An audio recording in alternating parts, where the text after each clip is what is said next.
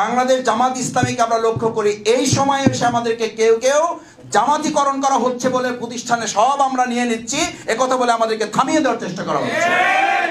এ কথা সেই আওয়ামী দোসরদের কথা।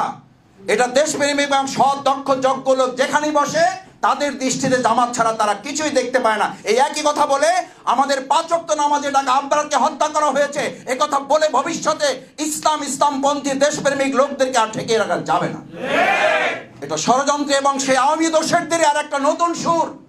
বাংলাদেশ জামাত ইসলামীকে বিগত 16 বছর লাঞ্ছনা, অপমান, নির্যাতন, নিপীড়ন করে আমাদেরকে শেষ সীমায় পৌঁছাতে চেয়েছিল।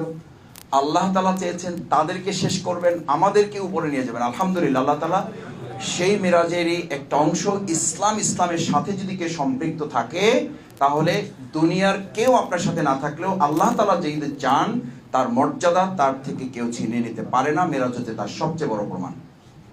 সম্মানিত ভাই এবং বন্ধুগণ, শেষ কথা হচ্ছে রাসূল করিম সাল্লাল্লাহু আলাইহি ওয়াসাল্লাম যখন মিরাজ থেকে ফিরে এসেছেন, হাতিমে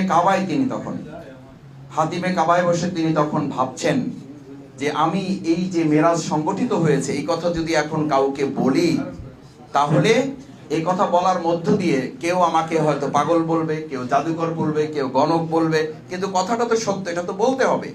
এই কথা বলতে বলতেই তিনি তার সামনে দেখলেন আবু জেহেল যাচ্ছে। আবু জেহেল ঠিক একইভাবে জিজ্ঞেস করলো, কি মোহাম্মদ কোনো ঘটনা আছে নাকি?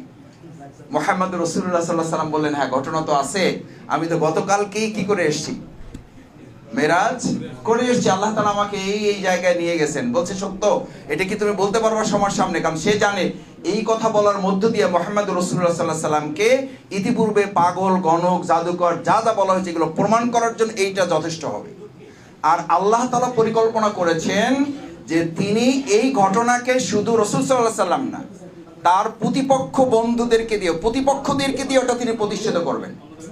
আজকে এখানে আপনাকে একটা বিষয় সামনে রাখতে হবে যে আমরা যারা এখানে আছি ভাবতে হবে যে আল্লাহর দ্বীনের কাজের জন্য যদি আমি আপনি কেউ না করি তাহলে আল্লাহ তাআলা বাতিলকে দিয়ে তার দ্বীনের কাজ করানোর সক্ষমতা তার আছে না নেই? এই কথার প্রমাণ হচ্ছে আবু জেহেল তখন বললেন, মুহাম্মদ তুমি তোমার কথা ঠিক থাকো, তোমার লোক ডাকা লাগবে না, আমি সমস্ত গোত্রের নেতা এবং যা আছে সব ডাকার ব্যবস্থা করতেছি। এবং ডাকছে, তারপরে বলা শুরু করলো, ওখানে তারাও ছিল যারা এই বাইতুল মাকদাস সম্পর্কে ভৌগোলিক জ্ঞান ছিল। সব কোশ্চেনের জবাব দেওয়া শেষ।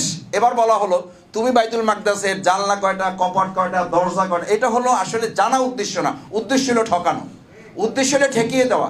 বাংলাদেশ জামাত ইসলামীকে আমরা লক্ষ্য করি, এই সময়ে এসে আমাদেরকে কেউ কেউ জামাতিকরণ করা হচ্ছে বলে প্রতিষ্ঠানে সব আমরা নিয়ে নিচ্ছি এ কথা বলে আমাদেরকে থামিয়ে দেওয়ার চেষ্টা করা হচ্ছে।